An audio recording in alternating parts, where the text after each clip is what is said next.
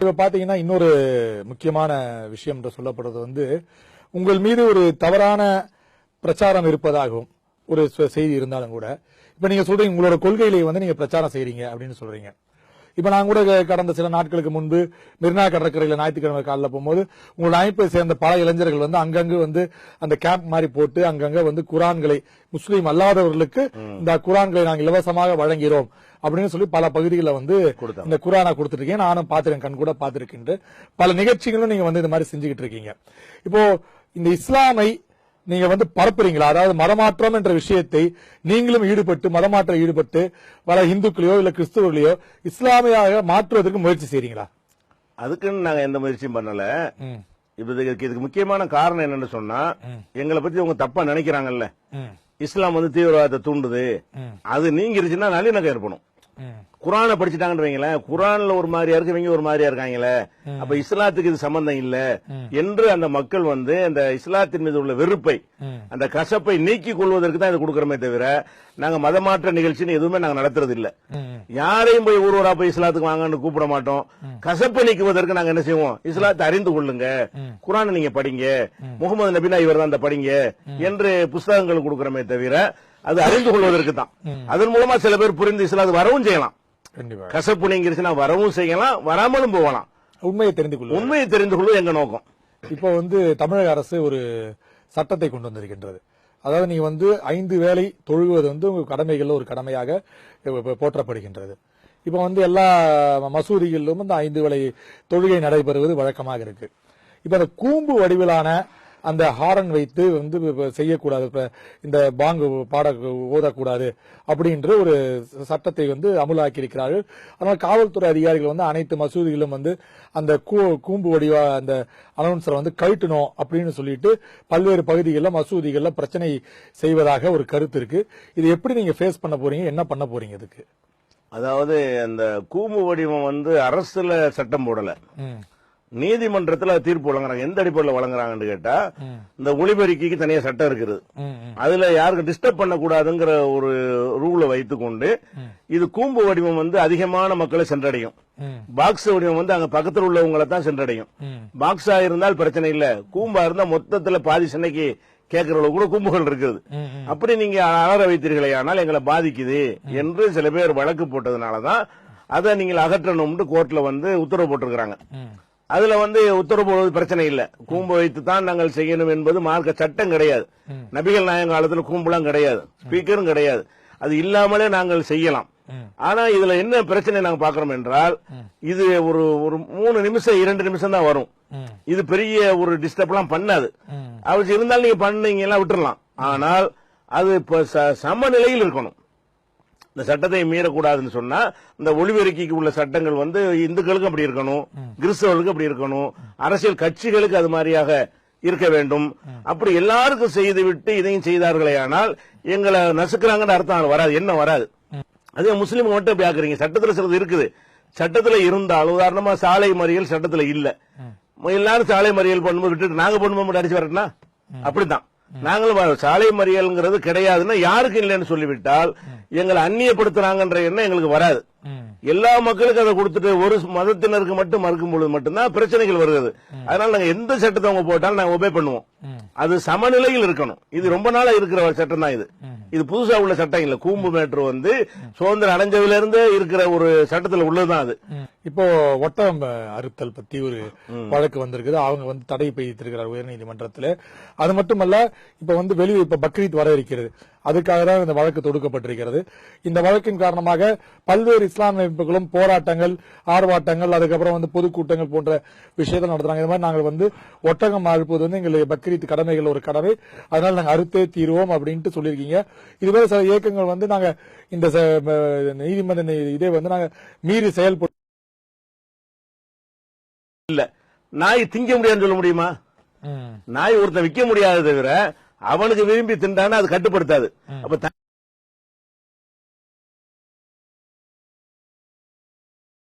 தனிப்பட்ட மனிதன் சாப்பிடுவதற்கு அந்த சட்டம் இல்லைன்னு தெரிந்து கொண்டு இவர் வந்து இப்படி சொல்றாருன்னு சொன்னா ஒரு நோக்கம் தான் இருக்கிறது. இன்னைக்கு மார்க்கண்டேய கட்சி அழகா அந்த தீர்ப்புக்கு பிறகு சொன்னாரு, இந்த தீர்ப்பு சட்டவிரோதமானது, இது சரியான தீர்ப்பு இல்ல. இவர் இந்த நீதிபதியோட அவர் சீனியர், ரொம்ப அனுபவசாலி. ஆமா. அவர் எல்லா சட்டங்களையும் கரைச்சு குடிச்சவர். அவர் சொல்றாரு, சுப்ரீம் கோர்ட் நீதிபதி அவர் முன்னாள், அவர் சொல்றாரு இந்த தீர்ப்பு தப்புன்னு சொல்லி அவருடைய பேஜில் எழுதியிருக்கிறார். அப்ப இந்த தீர்ப்பு தவறு என்பதை நாங்க முதல்ல பதிவு செய்யறோம். எந்த வகையிலும் ஏற்றுக்கொள்ள முடியாத ஒரு தீர்ப்பு.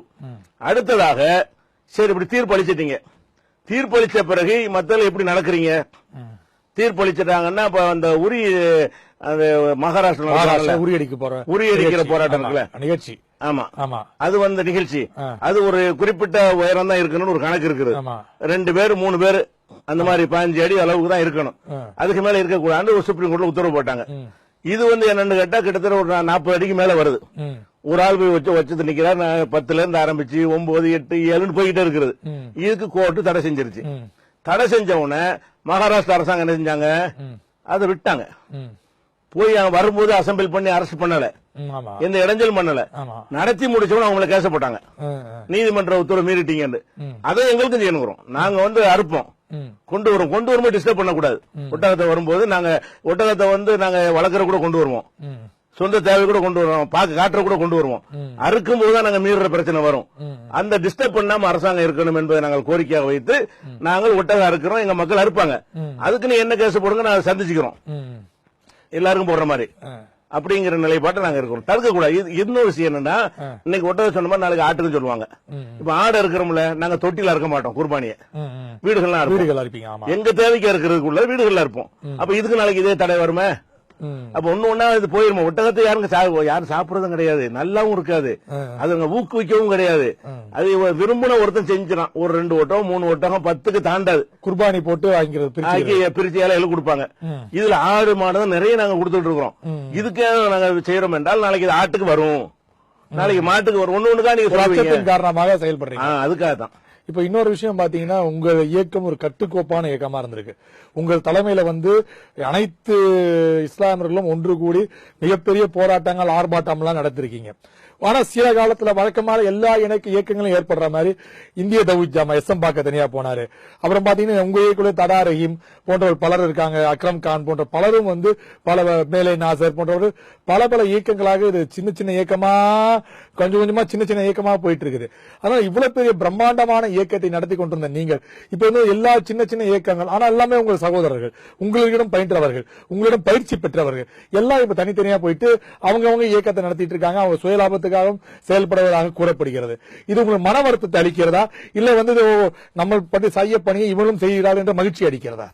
அதாவது இதுல நீங்க அக்ரம் கான், அப்துல் ரஹீம், தடா ரஹீம் எல்லாம் எங்கள்கிட்ட இருந்து போனவங்க கிடையாது. எங்க அமைப்புக்கு எந்த வகையிலையும் தொடர்பு இல்லாத கொள்கை ரீதியாகவே அவங்க அந்த சமாதி வழிபடுற இதுல இருந்தவங்க எங்கள்கிட்ட இருந்தவங்க பிரிஞ்சு போகல. சில பேர் போயிருக்கிறாங்க என்று சொன்னால் அவங்க எங்க கொள்கையில் ஒரு அதிருப்தி அடைந்து அவங்க பிரிஞ்சு போகல. நாங்களாக நிர்வாக ரீதியா சில நடவடிக்கை எடுக்கிறோம். இப்ப இன்னொரு விஷயம் இப்போ புதிய கல்விக் கொள்கை, இதை பலரும் எதிர்க்கிறார்கள். சில இயக்கங்கள் அதாவது RSS அவர்கள் அமைப்பை சேர்ந்தவர்கள், பரிவார அமைப்புகள் அதை ஆதரிக்கிறது. பாஜக இந்த கொள்கையை கொண்டு வந்திருக்கிறது. மோடி RSS வழிகாட்டுதலின் பேரலாக இந்த புதிய கல்விக் கொள்கை கொண்டு வரப்பட்டிருக்கிறது அப்படின்னு சொல்லியிருக்காங்க. இதுக்கு முன்பும் பல கல்விக் கொள்கைகள் ஒரு 10 ஆண்டுகளுக்கு ஒரு முறை, 5 ஆண்டுகளுக்கு ஒரு முறை எல்லாம் கொண்டு வரப்பட்டிருக்கு. ஆனா இந்த கல்விக் கொள்கையில சமஸ்கிருத திணிப்பு போன்ற விஷயங்கள் இருக்கிறது. தாழ்த்தப்பட்ட சமுதாயத்தை சேர்ந்தவர்கள் ஒதுக்கப்படுகிறார்கள் போன்ற குற்றச்சாட்டுகள் தலித் அமைப்புகள், இடதுசாரிகள், இஸ்லாமிய அமைப்புகள்லாம் மிக வலுவாக இதை எதிர்க்கிறாங்க. நீங்க இதை எப்படி பாக்குறீங்க? அதாவது இப்ப ஒரு விஷயம் யாரு செய்யறாங்க என்பதை பொறுத்து அதுக்கு ஒரு பார்வை வரும். ஒரு கல்விக்குழு இருந்துகிட்டே இருக்குது. இப்ப காங்கிரஸ்ல ஒரு மாற்றம் கொண்டு வந்தாங்கன்னு வைங்களேன், அதை ஒரு மாதிரியாக நம்ம பார்ப்போம். பிஜேபி கொண்டு வந்தாங்கன்னு சொன்னா சிறுபான்மை மக்களுக்கும் ஒடுக்கப்பட்ட மக்களுக்கும் வேற பார்வை தான் வரும். ஏன்னு கேட்டா இவங்க இந்த கொள்கையை கொண்டு வரதுக்கு முன்னாடியே சூரிய நமஸ்காரம் பண்ணணும்னு கொண்டு வந்தாங்க. கல்விக்கூடங்கள்ல இந்த கொள்கையை அமலுக்கு வரல, வருவதற்கு முன்னாடியே பள்ளிக்கூடங்கள்ல சூரிய நமஸ்காரம் பண்ணணும் அப்படின்னு கொண்டு வந்தாங்க. பகவத்கீதையை வாசிக்கணும் இந்த சட்டம் கொண்டு வந்தாங்க. யோகா கம்பல்சரியா முஸ்லீம் ஸ்கூலா இருந்தாலும் யோகாங்கிறது ஒரு மத சார்ந்த ஒரு விஷயம். அது ஒரு உடற்பயிற்சின்னு சொன்னா கூட அது மத நம்பிக்கை கலந்துதான் அதை கொடுக்கறாங்க. ஒரு தெய்வத்தை வழிபடுற மாதிரி ஒரு அம்சங்கள் இருக்கிறது. அந்த மாதிரி எல்லாம் செய்ய வேண்டும் என்று முஸ்லீம் பள்ளிக்கூடங்களுக்கு உத்தரவு போட்டார்கள் இவங்க ஆட்சி வந்த பிறகு. அப்ப இந்த தமிழ்நாட்டில் மாத்திரம் இந்த அரசு இருக்கிறதுனால, திராவிட இயக்கங்கள் இருக்கனால அமுல்படுத்தல. பல மாநிலங்கள்ல இதை கம்பல் பண்ணி என்ன செஞ்சாங்க. உருதுங்கிறது அதாவது முகலாய மன்னர்களுடைய ஆட்சியின் போது உருவாக்கப்பட்ட மொழி அது. அது அரபி கிடையாது, பாரசீகம், அரபி, சமஸ்கிருதம் எல்லாம் கலந்து பேசுவாங்கல்ல ராணுவத்துல, அதிலிருந்து உண்டாக்கப்பட்ட ஒரு மொழி தான் உருது மொழி என்பது. உருதுக்கு சிலத்து சம்பந்தம் கிடையாது. உருது தெரிஞ்சவங்களும் அரபி தெரியாது. ஒரு உருது பேசுறவர்கிட்ட குரானை வாசிச்சு அர்த்தம் செய்ய சொன்னா தெரியாது. அந்த மொழி வேற, இந்த மொழி வேற. அந்த லிபி மட்டும் ஒரே மாதிரியா இருக்கும். அந்த பாரசி, உருது, சிங்கப்பூர், மலேசியா மொழி, அரபு மொழி எல்லாம் அந்த எழுத்து இருக்குல்ல, ஹீப்ரு மொழி, யூதர்கள் மொழி கூட இதே எழுத்தா தான் இருக்கும். அந்த எழுத்துக்கள் ஒன்றுபட்டு இருக்குமே தவிர அந்த மொழி தெரிஞ்சவங்களும் இந்த மொழி தெரியாது. இன்னொரு விஷயம் பாத்தீங்கன்னா மோடியின் ஆட்சி. இப்ப அந்த ஆட்சியின் போது குஜராத்ல வந்து அந்த மாடை தாக்கினார்கள், கொன்றார்கள், தாக்கினார்கள் என்பதற்காக ஒரு 4 பேர் வந்து கடுமையாக தாக்கப்பட்டிருக்கிறார்கள். அந்த 4 பேர்ல வந்து இந்த விஷயத்தில் ஈடுபட்டிருக்காங்கன்றதுக்காக அந்த தாக்குதல் நடைபெற்றது. குஜராத் முழுவதும் மிகப்பெரிய கலவரமே ஏற்பட்டிருக்கு. இதை பத்தி என்ன நினைக்கிறீங்க நீங்க? அதாவது அந்த 4 பேரை தாக்குனதுங்கிறது ஒரு இறுதி கட்டம், திடீர்னு வரல. இது ஒரு தொடர்ச்சியாக நடந்து கொண்டு வரும் பொழுது மக்களுக்கு முதல் சம்பவம் நடக்கும்போது ஒரு 5% கோபம் வரும். 2வது நடக்கும்போது இந்த கோபம் 10% மாறும். 3வது நடக்கும்போது 25 மாறும். 4வது நடக்கும்போது 50 மாறும். இப்படி இவர் ஆட்சிக்கு வந்ததுல இருந்து தொடர்ச்சியாக பல ஊர்கள்ல வந்து இது மாதிரி தலித்துகளுக்கு எதிராக, முஸ்லிம்களை விட்டுருவோம், தலித்துகளுக்கு எதிராக இவ்வளவு நடந்தது. ஒரு அளவுக்கு மேல அவங்க உள்ளுக்குள்ள ஒரு என்னடா ஓவரா போயிட்டு இருக்கான்னு கொந்தளிச்சிட்டு இருக்கான்ல, இது கடைசி. இது செஞ்ச பிறகு அவர்களுக்கு கடுமையான அந்த கோபம் உச்சத்துக்கு வந்திருக்கிறது. அவங்க கடுமையான எதிர்ப்புகளை காட்டினாங்க.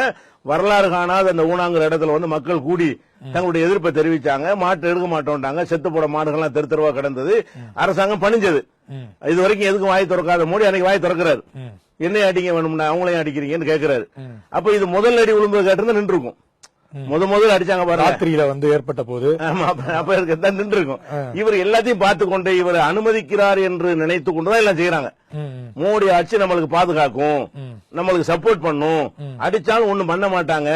இவர் சொல்றாரு வழக்கு போடுங்கன்னு சொல்றாருல, அதுல இருந்து இது வரைக்கும் போடலன்னு வழங்குது. இவர் வந்து அவர்கள் மீது நீங்க வழக்கு போட்டு கைது செய்யணும்னு சொல்வாரே. ஆனால் அப்ப இதுக்கு முந்தி இந்த 2 ஆண்டுகளில் நடந்த எந்த சம்பவத்துக்கு வழக்கு போட சொல்லி அரசாங்கம் எந்த ஒரு சிக்னலும் கொடுக்கல. அப்ப அது அப்படிங்கிற பார்க்கும்போது இது ஒரு கொந்தளிப்பு. எதுக்குன்னா மாடு கடந்து நாடுது. இப்ப அந்த மாட்டை அவங்க தலித்து மக்கள் தான் அப்புறப்படுத்துவாங்க. செத்த மாட்டை அப்புறப்படுத்தலன்னா நாட்டை எடுத்து போயிடும், வேற சாதிக்காரங்க தொடக்கூட மாட்டாங்க. அந்த ஒரு அச்சத்தை ஏற்படுத்தின பிறகு முடிவே எடுத்தாங்க, தொடமாட்டோம், இனி செத்த மாட்டை உரிக்க மாட்டோம், அப்புறப்படுத்த மாட்டோம், இன்னும் சொல்ல போனா அந்த சுத்தப்படுத்துற வேலையை செய்ய மாட்டோம் ஒரு முடிவு எடுத்தாங்கன்னு வைங்க. நாடு நாடா இருக்காது. தாங்க உயர் ஜாதியில் பேசிட்டு இருக்கிறவங்க அதை செய்ய வேண்டிய நிலைக்கு தள்ளப்பட்டுருவாங்க. அந்த ஒரு நிலைக்கு அந்த மக்கள் தள்ளியதனால் மோடியை வாய் திறந்து பேசினாரு. அது கூட வந்து ஒரு மறைமுகமான வேற சிக்னல் கொடுத்திருக்காங்க ஆதாரம் வந்து அதுக்கு பிறகு நடந்திருக்கு ஹைதராபாத்ல, ஆந்திராவில் அதே மாதிரி தலித்துகள் வந்து தாக்கப்பட்டிருக்கிறாங்க. அவங்களுக்கு கூட்டணி ஆட்சி தான் அது. அவங்களுடைய கூட்டணி ஆட்சி இருக்கக்கூடிய ஒரு மாநிலத்தில் வந்து இதே மாதிரி தலித்துகள் தாக்கப்படுறாங்கன்னா நான் சும்மா சொல்ற மாதிரி சொல்றேன், அப்படி சொல்லிட்டு நீ அடிக்கிற மாதிரி அடி, நான் அழுகுற மாதிரி அழுகுறேன் அப்படிங்கிற மாதிரி இருக்குமோங்கிற சந்தேகம் மக்களுக்கு அப்ப இருந்தது. அவர் இப்படி சொன்ன பிறகும் நடக்குமே, ஆனால் அது பொய்யான ஒரு நடிப்பு.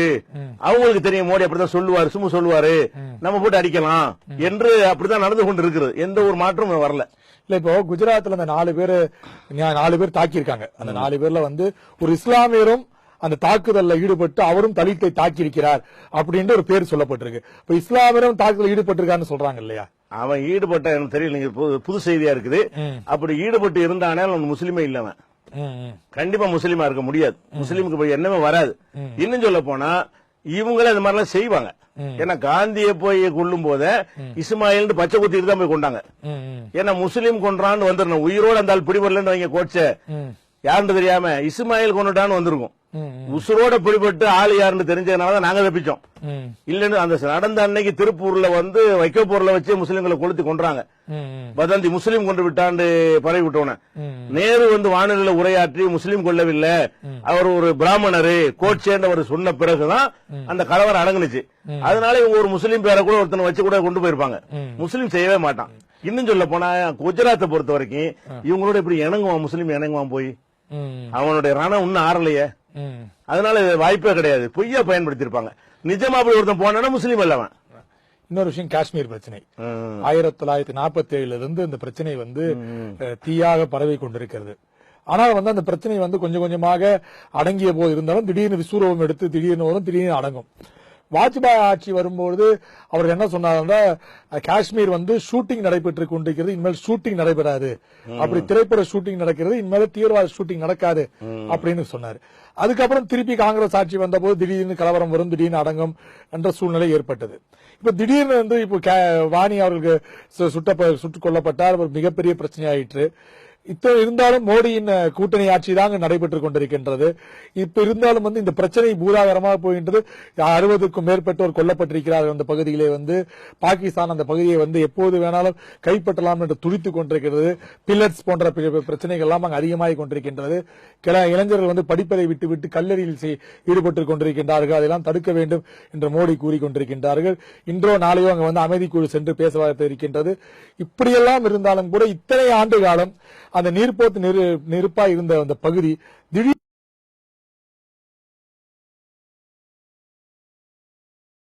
சாப்பாடு இல்ல, தண்ணி இல்ல, நடமாட்டம் இல்ல, ஒண்ணுமே இல்ல, தொழில் இல்ல, எப்படி வாழ்வான்? அப்படி இருந்தும் அவன் பிடிவாதமா இருக்கிறான்னு சொன்னா, அவனுடைய கோபம் அடங்கல் என்று சொன்னா எவ்வளவு பண்ணிருப்பாங்கன்னு பாருங்க. இன்னொரு நாடா இருந்தவன் நம்ம சேர்த்து கொண்டு உறுதிமொழி கொடுத்து சேர்த்து விட்டு அதை நம்ம நாடு ஆக்குவதற்கு அறிவுபூர்வ முயற்சி பண்ண அந்த காஷ்மீர் சேர்த்திருக்கலாம். அப்படியான எந்த ஒரு அறிவுபூர்வமான ஒரு நடவடிக்கை எடுக்காம அவனுக்கு எதிராக ஆயுதங்கள், இந்த பில்லட் ஆயுதத்தை பயன்படுத்துறாங்களே, அதெல்லாம் உலகத்தில் தடுக்கப்பட்டது. சர்வதேச சட்டப்படி தடுக்கப்பட்ட ஒரு ஆயுதங்களை சிவிலியன்கள் மேல பயன்படுத்துறாங்க, சொந்த நாட்டு குடிமக்கள் மேல பயன்படுத்துறாங்க. அப்ப துண்டு துண்டா செதறி கண்ணு எல்லாத்தையும் எத்தனை பேர் கண்ணு போய்விட்டது. அப்ப இவ்வளவு பெரிய கொடுமை எதுக்கு நீங்க செய்யறீங்க? அந்த மக்கள் சிம்பிளா என்ன கேட்கறாங்கன்னா, சொன்னது செய்யுங்கிறாங்க. வேற ஒண்ணு என்ன வாக்குறுதி கொடுத்து செய்யுங்கிறாங்க. அதை செய்ய வேண்டிய இந்த நிமிஷம் வரைக்கும் சொல்லல, பேசுவோம்னு சொல்றாங்களே தவிர கொடுத்த வாக்குறுதி அப்படியே நாங்க நிறைவேற்றுவோம், ஓட்டெடுப்பு மட்டும் வேணா விட்டுருவோம், 370 பழையதெல்லாம் கொண்டு வந்து மாற்றம் செய்ய மாட்டோம்னு சொல்லிட்டு அடங்கிறோம். கண்டிப்பாக ஒரே நாள் அடங்கிறது. இப்ப வந்து நீங்க உங்களோட இயக்கம் சார்பாக பல்வேறு நிகழ்ச்சிகள், இப்ப ஷர்க் மாநாடு போன்ற விஷயங்கள்லாம் செஞ்சிருக்கீங்க. அடுத்த கட்டமாக உங்க இயக்கத்தின் செயல்பாடுகள் என்ன செய்ய போறீங்க? மக்கள் விழிப்புணர்வு வகையா இல்ல மதத்தின் பிரச்சாரமாக ஏதாவது செயல்பட போறீங்களா? எங்க அமைப்பை பொறுத்த வரைக்கும், அதாவது நம்புவதற்கு சில பேர் சிரமப்படுவாங்க. அப்படியான அடிப்படையில் தினசரி செயல்பட்டு ஒரே இயக்கம் நாங்க தான். இன்னைக்கு நம்ம பேசிட்டு இருக்கிற இன்றைய தினத்தில் எடுத்துக்கொண்டால் கூட தமிழகத்தில் 300 ஊர்கள் எங்களுடைய கூட்டம் நடந்து கொண்டிருக்கும். இன்று இரவு நடக்கும். ஒவ்வொரு சனி ஞாயிறு அன்று என்ன செய்யும்னா 300 நூற்றுக்கணக்கான பேச்சாளர்கள் இருக்கக்கூடிய ஒரு அமைப்பு நாங்க மட்டும்தான். பெரிய பெரிய அரசியல் கட்சி கூட கிடையாது. 5 பேர் 10 பேரா போயிட்டாங்க. அந்த காலத்துல திமுக இருந்தாங்க, இப்ப அதுவும் குறைஞ்சு போச்சு.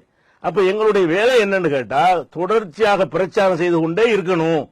மக்களுக்கு சொல்லிக்கொண்டு என்னென்ன தீமைகள் இருக்கோ எல்லாத்தையும், மதுவுக்கு எதிராக பிரச்சாரம் பண்ணுவோம், புகைக்கு எதிராக பண்ணுவோம், வரதட்சணைக்கு எதிராக பண்ணுவோம், வட்டிக்கு எதிராக பண்ணுவோம், மூடநம்பிக்கை எதிராக பண்ணுவோம். அப்புறம் நல்ல நல்ல விஷயங்களை எல்லாம் மக்களுக்கு எடுத்து சொல்றது பண்ணுவோம். ஏதாவது ஒரு அஜெண்டாவை எடுத்துக்கொண்டு அதை செஞ்சு கொண்டே இருப்போம்.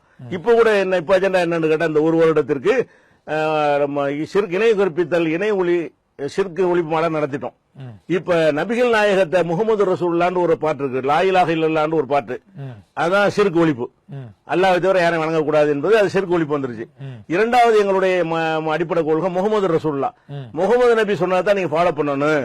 உங்க மத குருமார்கள் சொன்னதான் கேட்காதீங்க. எங்க மக்கள் கேட்கறாங்க. இது அஜெண்டாவை எடுத்து ஒரு வருஷம் பிரச்சனை நடந்து கொண்டிருக்கிறது. இந்த தலைப்பின் கீழ நடந்து கொண்டிருக்கிறது. ஒவ்வொரு மாவட்டத்திலையும் மாநாடுகள் நடத்திக்கிட்டு இருக்கோம். முதல் மாநாடு திருவாரூர் நடந்திருக்கிறது, தொடர்ச்சியாக நடத்தி கொண்டிருக்கிறோம். இதுக்கப்புறம் நடத்திக்கிட்டே இருப்போம். ஓய்வே இல்லாத ஒரு அமைப்பு. நிறைய செயல் திட்டங்கள் எங்களுக்கு இருக்கிறதுனால இதோடு முடிஞ்சு ஓஞ்சிறது கிடையாது.